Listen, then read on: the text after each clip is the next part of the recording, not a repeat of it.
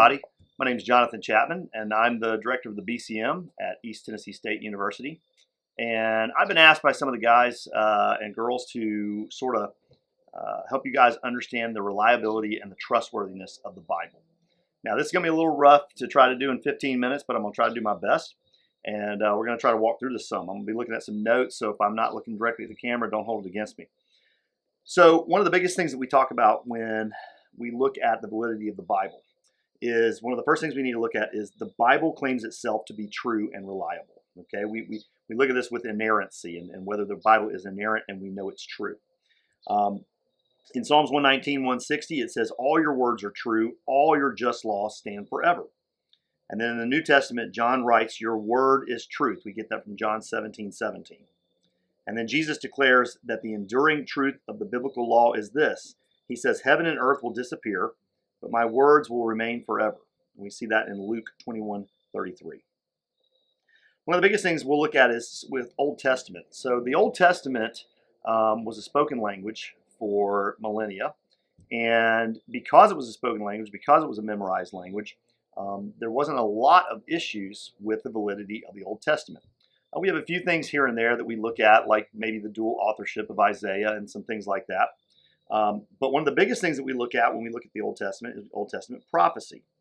And the Bible records sort of a litmus test for a prophet when it says, "You may wonder how we will know whether the prophecy is from the Lord or not. If the prophet predicts something in the Lord's name and it does not happen, then the Lord did not give the message. And that prophet has spoken on his own, and he need not be feared." So one of the biggest things was if a prophet were to predict something in the Old Testament and it didn't come true, you would immediately disregard that prophet. And in fact, in Levitical law, if a prophet claimed something and he claimed it to be truth as a prophet, like he was predicting something that was going to come true and it didn't come true, they would actually put that prophet to death. Now, why do we say that? Because that proves that most of what we see in the Old Testament, all of what we see really in the Old Testament, is true and valid. We wouldn't see something prophetic that would come about that wouldn't be true because they wouldn't take the risk. It's not like today where people will just say anything they want kind of on TV or in politics or whatever. Back then, if you predicted something and claimed something prophetic, it had to come true or you were going to be killed. So we know that a lot of the Old Testament is true and real.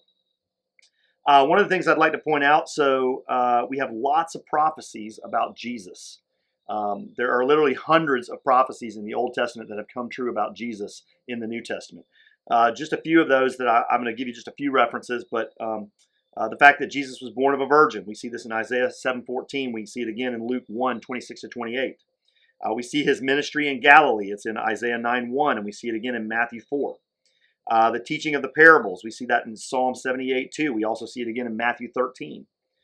He was crucified between two thieves. We see that in Isaiah 53:12. Again, it's repeated in Matthew 27:38. We see his resurrection in Psalm 16:10. We see that repeated again in Acts 2:31. And then we see his ascension up to heaven. We see that predicted in Psalm 68:18, and we see it again in Acts 1:9. So it's crazy to see some of these prophetic things that are predicted about Jesus and see them come true. But the chances of having this many things said about someone in the Old Testament coming true in the New Testament or coming true any time in history is literally hundreds of thousands to one. So it's crazy just how many prophetic things that we have from the Old Testament that have come true in the New Testament. Now that's the Old Testament, and again, like I was telling you, there's not much that we argue about as far as the validity. We have a lot of, because it was a spoken language, because it was memorized, because of all the prophetic things that we have, because of the prediction fulfillment, there's not many things that are argued about in the Old Testament as much as they are about the New Testament. The New Testament is argued about a good bit because of the manuscripts, because of the evidence of the things that we have and don't have when it comes to Scripture. So one of the biggest things about the New Testament that I'd like to teach you is something we call manuscript evidence. So you guys are all in college, you're all in school. And so have you ever asked yourself, whether it's maybe an old book, maybe you're reading Homer's Iliad or something like that, and have you ever wondered if that is the actual copy that Homer wrote? Do you have a textbook in your hand that's maybe from last year or 5 years ago or 10 years ago or 30 years ago? How do you know that that's the textbook in your hand that the professor actually wrote? And so this is something we call manuscript evidence. You're looking for evidence that the manuscript you have is the actual one that you originally had or the closest thing to it. Because if we have an original copy of something and we no longer have that, if we go back, the older we can go back to that manuscript, if we can get as close to that original as possible, then we have less time and less issues to see if somebody messed with that manuscript. And so if we can go back and see some earlier copies, it helps us to see what's true or not true, or what's valid or not valid with the copy we have. And then also what we see is the more copies we have, we're able to go back and see exactly what's true and not true. So pretty much in scholarship, if you have a book, whether it's a textbook or the Iliad or the Bible or anything else, any kind of ancient manuscript or even current manuscript, one of the ways that they check ancient manuscripts, if they can find a manuscript that's basically within 1,000 years of the original, they pretty much consider it pretty valid. If it's within 1,000 years of the original, and if they have at least a couple of copies. They prefer to have at least 10, but if they've got a couple of copies and it's been within 1,000 years, they consider that to be extremely valid and good and reliable, that is as close to the original as you could possibly have. So one of the things that we look at when we look at some of these old manuscript evidence and things like that. So I mentioned Homer's Iliad. That's actually one of the best and most reliable books that we have in existence today. That's an ancient work. Another ancient work that we hear about a lot is Julius Caesar. Many of you maybe probably read that in high school. And Julius Caesar was actually written in 100 BC, or actually, I'm sorry. The earliest copy that we have, Julius Caesar, was written around 100 BC, but our earliest copy is from 900 AD. So it was written in 100 BC, but we have a copy from 900 AD. So it's within the 1,000-year window, okay? It's within the 1,000-year window, and we have about 10 copies of it. So it's considered extremely valid. Most scholars will tell you that if you've got a copy of Julius Caesar, they believe that it is as close to the original as the original. Then Homer's Iliad, that is one of the best things we have, okay? It was written in 900 BC, and our earliest copy that we have of that is 400 BC. Okay, now that's 500 years. Okay, so that's roughly half the time that they require. So it's even better as far as the validity. Okay, but here's the crazy thing: we have 643 of those copies, and most of scholarship considers that to be about 95% correct to the original first Iliad that Homer ever wrote. And so it's considered extremely valid. Now, why am I telling you these things? Because here's the crazy thing about the New Testament, okay? So we know that the New Testament was finished. It was finished being penned. John wrote Revelation, we think, somewhere between 50 AD and 100 AD. I think it's a little bit more towards the 100 AD mark. But so let's just say 100 AD. And the earliest copy that we have is in the 2nd century AD. So Homer's Iliad was within 500 years. The New Testament is within 100 years. So from when when John finished penning the Bible, we see that we've got within 100 years, we've got an early copy that's already in existence that we see within scholarship. Now, that's less than 100 years or maybe up to 100 years. And then we have ancient copies that we have in Greek, which is what the New Testament was written in. Okay, we've got over 5,600 copies of that manuscript.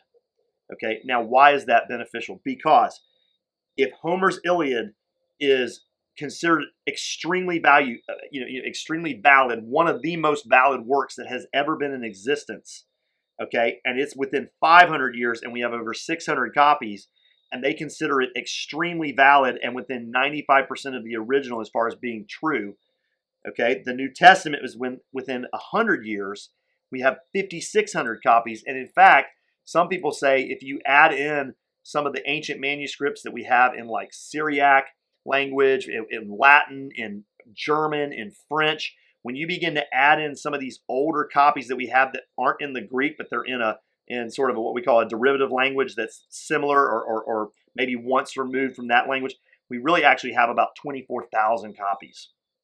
Now, why does this matter? Because the Bible is so valid. We have so many manuscripts, and they're within such a short distance from the original being written. It would have been very hard to make things up or write in things or transfer things.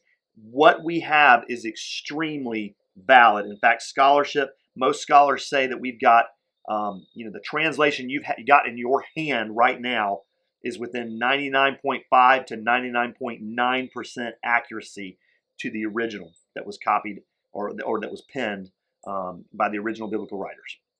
Now, this is important because this gives us a lot of evidence. So the sheer fact that we have all of these numbers too is very important. When you have a lot of manuscripts, okay, and when one of them, when we see somewhere in history and in time where someone has tried to write something into Scripture or write something into the New Testament or change something about the Bible, it is very quickly able to see which one is the fake. I'll give you an example. I've got a really good friend of mine. We grew up, we've known each other since high school, and he was in the CIA for a while, but now he's in the FBI. And one of the things that he does with a lot of his partners is they look for fake money. Well, I always ask him, I'm like, hey, how do you find fake money? It seems like that would be so hard because you'd have to study so many different types of monetary values and all these things and the numbers and the lines and everything. And he just told me, he's like, Jonathan, look, we don't study the fake stuff to find the real stuff. We just study the real stuff. And when you study the real, you study it over and over and over again. The fake, when a fake comes into play, it's just immediately seen and it's tossed out. Manuscript evidence works the same way. When you have thousands upon thousands upon thousands of copies of something, when you see the truth over and over and over and over and over and over again, when somebody tries to insert something in, they try to put a fake in, they try to change something, it is so quickly spotted and so obvious and tossed out. And that has happened throughout history, where people have tried to change the Bible or rewrite something or slip something in, and the validity of the Bible has remained true and honest and strong because we have so many copies that we can compare some of those mistakes or fakes to. Now, moving right along, so the biblical writers had some editors and copiers that we call amanuensis. Now, why is it important to know who these guys are? Well, listen, they knew what they were doing. These guys, this was like the Kinkos of the day. And what these guys would do is you would have the original author who would be penning Scripture. And an amanuensis would come behind him, an editor would come behind him and would edit what he was writing. And then a copier would come behind that person and they would check the editor. So literally you had two people checking the original writer. Well, as the biblical writers were writing, the New Testament, their amanuensis knew that these guys were writing Scripture. So not only did these guys normally take their jobs extremely seriously, because back then, writing was a big deal. If you were writing something down, paper was not hard. It was hard to come by. It didn't last forever. And so if you were going to write something, you needed to make copies of it almost immediately. So as the New Testament began to be written and the Old Testament began to be copied, okay, they knew that they had to keep making these copies. So from the moment the New Testament and the Bible itself was penned, it began to be copied and remade over and over and over again. And that's where we begin to get so many of these manuscripts to help us know that we have such a valid Scripture. So the New Testament is considered to have, again, 99.5% accuracy in the modern English versions. And like I said, we really believe we've got up to 24,000 ancient manuscripts and ancient copies of the Bible, which gives us just exceedingly an incredible scholarship when it comes to the way that the New Testament has been written. We can trust that what we're reading is true, it's valid, and it's been tested.